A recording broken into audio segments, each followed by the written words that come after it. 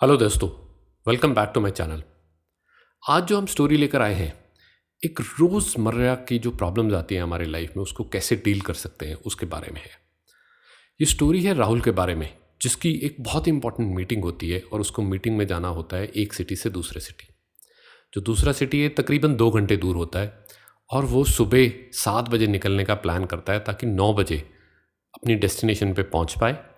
और 10 बजे के आसपास मीटिंग है तो वो सोचता है कि मेरे पास एम्पल टाइम होगा, एटलीस्ट 1 घंटा पहले मैं पहुंच पाऊंगा, मैं दूसरे लोगों से मिल पाऊंगा, उनसे कम्युनिकेट कर पाऊंगा बिफोर द मीटिंग। और अगर मैं कहीं थोड़ा सा लेट भी हो गया, still I be able to make it to the meeting in time.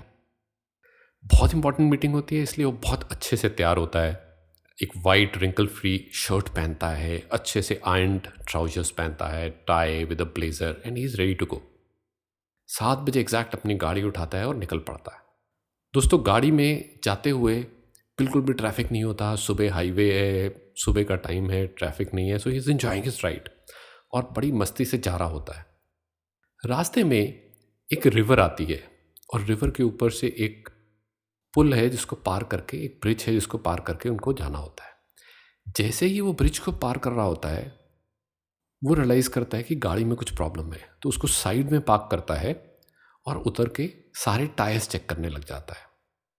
जैसे ही वो टायर्स चेक कर रहा होता है, ही रियलाइजेज कि जो उसका लेफ्ट साइड का पीछे का टायर है, यानी कि नॉन ड्राइविंग सीट वाला जो टायर है, वो उसमें हवा नहीं है, सो पॉसिबली पंक्चर हुआ है।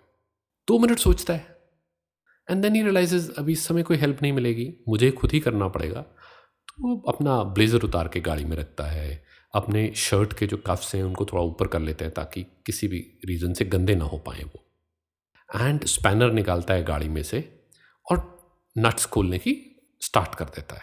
दोस्तों, उसको हार्ड लेबर करने की, ऐसी ऐसी एक्टिविटीज़ करने की आदत नहीं होती। Daily is doing his office work, so is not use to it. तो उसको काफ़ी दिक्कतें महसूस होती हैं, बिकॉज काफ़ी ज़्यादा जोर लगाना पड़ता है। एक दो बारी तो वो स्पैनर के ऊपर खड़े होकर पूरा अपना बॉडी वेट डालता है नट्स को खोलने के लिए, और बहुत बहुत मेहनत के बाद इवेंचुअली 5-10 मिनट लग जाते हैं उसको एफर्ट करते करते, और उसके बाद वो नट्स खोल पाता है। बहुत ही टायर्ड महसूस कर रहा होता है, पसीना भी आ रहा होता है माथे के ऊपर, उसकी बॉडी भी जो है उसको हल्का हल्का टायर्डनेस महसूस हो रही होती है, और बैक भी बैठे बैठे एकदम स्टिफ हो गई होती है। एंड जैसे ही वो उठने की कोशिश कर रहा होता है नट्स को लेके, तो उसको ऐसा लग रहा होता है कि बैक पे हल्की हल्की पेन भी महसूस करता है, बिकॉज स्टिफनेस की वजह से ही is not use to this kind of labour. जैसे ही वो उठता है, पसीने की वजह से और वो टायर्डनेस की वजह से उसके हाथ से वो जो नट्स हैं वो स्लिप करके नीचे रिवर में गिर जाते हैं। एट दिस मोमेंट दोस्तों, वो बहुत ज़्यादा परेशान हो जाता है। ही बिकम्स वेरी स्ट्रेस्ड। जोर जोर से ऊंची ऊंची बोलना शुरू हो जाता है, आसमान की तरफ देखकर ऊपर बोलता है, ये मेरे साथ ही होना था, अब मैं क्या करूँगा, इसका तो कोई तरीका ही नहीं है। लोग अपने साथ एटलीस्ट स्टेपनी रखते हैं, पर कोई भी स्पेयर नट थोड़ी ना रखता है। अब तो कुछ भी नहीं हो सकता है, कोई भी तरीका नहीं है, ये मेरे साथ क्यों होना था, इतनी इंपॉर्टेंट मीटिंग थी, अब क्या होगा। एंड उस गुस्से में, उस जनून में, उस टेंशन में वो इधर उधर मूव करना शुरू कर देता है, पैदल चलना शुरू करता है, वॉक करना स्टार्ट कर देता है ब्रिज के ऊपर ही, जोर जोर से बोलते हुए, अपने अपने अंदर ही बात करते हुए। But he is very very frustrated and it is evident also. Anybody, I think हम में से कोई भी होता शायद सिमिलर रिएक्शन देता। उतने में ही एक जो फार्मर है वो वहाँ से पैदल निकल रहा होता है, अपने फील्ड्स की तरफ जा रहा होता है। वो देखता है कि एक गाड़ी खड़ी है और एक परेशान आदमी ब्रिज के ऊपर ऐसे ऐसे वॉक कर रहा है। So he comes to him and says कि बाबूजी, आप कोई प्रॉब्लम है क्या? तो ये परेशान तो राहुल पहले से ही होता है, तो ये बोलता है, अरे भैया जाओ यार, आप जाओ, कुछ नहीं कर सकते आप इसमें। तो then again the farmer says कि नहीं बाबूजी, अगर आपको कोई हेल्प चाहिए तो बताइए, मेरा गांव पास में ही है, अगर आपको कोई हेल्प चाहिए बताइए। And Rahul out of his irritation, बहुत ही परेशान होने की वजह से, and he is no mood to listen actually, तो उसे बोलता है, भैया ये ना मेरे नट्स जो है ना टायर के नीचे गिर गए हैं, नदी में से स्विम करके ले आओगे क्या निकाल कर बाहर? अरे जाओ यार, तुम क्या क्या बात कर रहे हो। एंड उस स्टेज पे जो है राहुल फिर वापस वैसे ही ब्रिज के ऊपर वॉक करना शुरू कर देता है। उसे समझ में नहीं आ रहा था क्या करूं, बहुत ही परेशान। His mind is like locked, not able to understand. बस उसको प्रॉब्लम ही दिख रही है, मीटिंग नहीं अटेंड करूंगा, क्या होगा क्या होगा। एंड जो फार्मर है वहाँ खड़ा होकर ना 2 मिनट टायर की तरफ देखता रहता है। कुछ 2 मिनट सोचने के बाद, टायर में देखते रहने के बाद एकदम से बोलता है, पाऊ जी आप एक काम करिए, आप हर टायर में से एक एक नट निकाल लीजिए और ये चौथे टायर में लगा लीजिए। आपके चारों टायर्स में 3-3 नट हो जाएंगे और आप धीरे धीरे गाड़ी चला के चले जाइए। 10 किलोमीटर दूरी पर एक टाउन आएगा जहां एक पंचर वाला बैठता है, वो जरूर इसका कोई ना कोई हल निकाल देगा।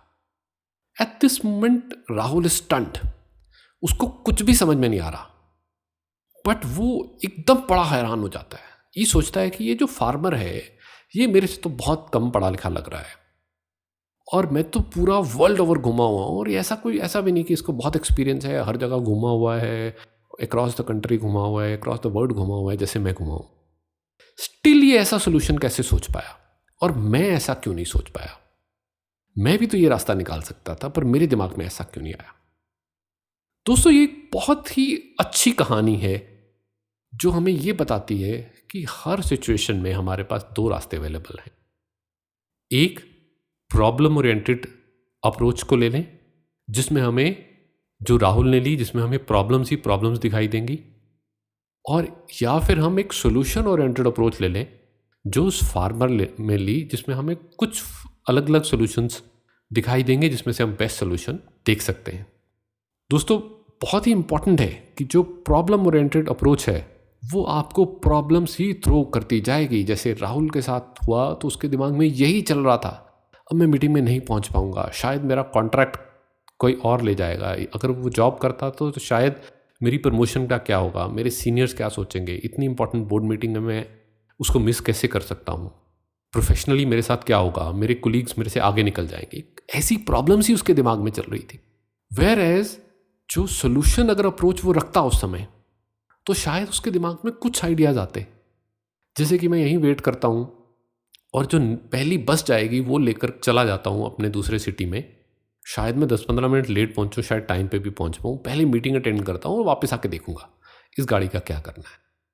दूसरा ये भी आ सकता है, कोई, मैं पैदल निकलता हूँ, आगे कोई घर दिखेगा, कोई दुकान दिखेगी, उनसे हेल्प मांग लेता हूँ। तीसरा ये भी हो सकता है, कोई गाड़ी इधर से गुजर रही है, उससे लिफ्ट ले लेता हूँ, आगे जहाँ पे भी कोई पंचर की शॉप मिलेगी उस बंदे को थोड़ा ज़्यादा पे कर दूंगा, उसी के बाइक स्कूटर पे वापस आ सकता हूँ इस जगह पर और इसको ठीक करा कर लेके जा सकता हूँ। सो मल्टीपल सोल्यूशन उसके पास आते और मल्टीपल सोल्यूशन में से एक सोल्यूशन जो उसको उस समय ठीक लगता वो पिक करता और आगे बढ़ सकता था उस सिचुएशन में। दोस्तों, ये बहुत ही इंपॉर्टेंट पॉइंट है समझने के लिए कि प्रॉब्लम ओरिएंटेड अप्रोच से हम पावरलेस फील करेंगे, बिकॉज हमारा दिमाग में सिर्फ प्रॉब्लम्स ही दिख रही होंगी, ऐसा लगेगा हमारे कंट्रोल में कुछ भी नहीं है उस सिचुएशन में। Whereas a solution oriented approach में we feel empowered because we can see multiple solutions और उसमें से जो बेस्ट समझ में आता है, जो बेस्ट हमारी नज़र में आता है, हम वो पिक कर सकते हैं। हम एम्पावर्ड फील करते हैं कि इनमें से एक मैं पिक कर रहा हूँ, और हम सब जानते हैं कि feeling empowered is much better than feeling powerless. दोस्तों, हम सबकी ज़िंदगी में इस तरह की चीज़ें होती हैं जब हम फ्रस्ट्रेटेड फील करते हैं, एंग्शियस फील करते हैं, ये सब है क्या होगा, कैसे होगा, बड़ी प्रॉब्लम हो जाएगी, and we are not able to find a solution. उस समय अगर हम अपने जहन में रखें कि हमें एक सोल्यूशन ओरिएंटेड अप्रोच की तरह उसे ट्रीट करना है, उसको एक सिचुएशन लेना है, उसको प्रॉब्लम नहीं लेना, उसको एक सिचुएशन लेना है और उसका सोल्यूशन ढूंढने की कोशिश करनी है, ये सोचना है मैं क्या कर सकता हूँ, तो डेफिनेटली हमें मल्टीपल सोल्यूशन मिलेंगे और उनमें से एक पिक करके हम आगे बढ़ सकते हैं। दोस्तों, ये बहुत ही इंपॉर्टेंट लेसन है, और अगर आज हम छोटी छोटी प्रॉब्लम्स की में भी एक सोल्यूशन ओरिएंटेड अप्रोच को लगाना शुरू कर दें, कल चलकर वो हमारी आदत बन जाएगी। जब कभी बड़ी प्रॉब्लम्स आएंगी उनको भी हम सिचुएशन की तरह लेंगे और एक सोल्यूशन ढूंढने की कोशिश करेंगे। आज के लिए बस इतना ही दोस्तों। अगले हफ्ते फिर मैं एक नई कहानी लेकर आऊँगा, बट अगर आपको ये कहानी अच्छी लगी हो तो इसको ज़रूर मेरे चैनल को सब्सक्राइब करिएगा, शेयर करिएगा स्टोरी को, और अपने व्यूज़ को कमेंट करिएगा। Thank you for today, see you again next Sunday.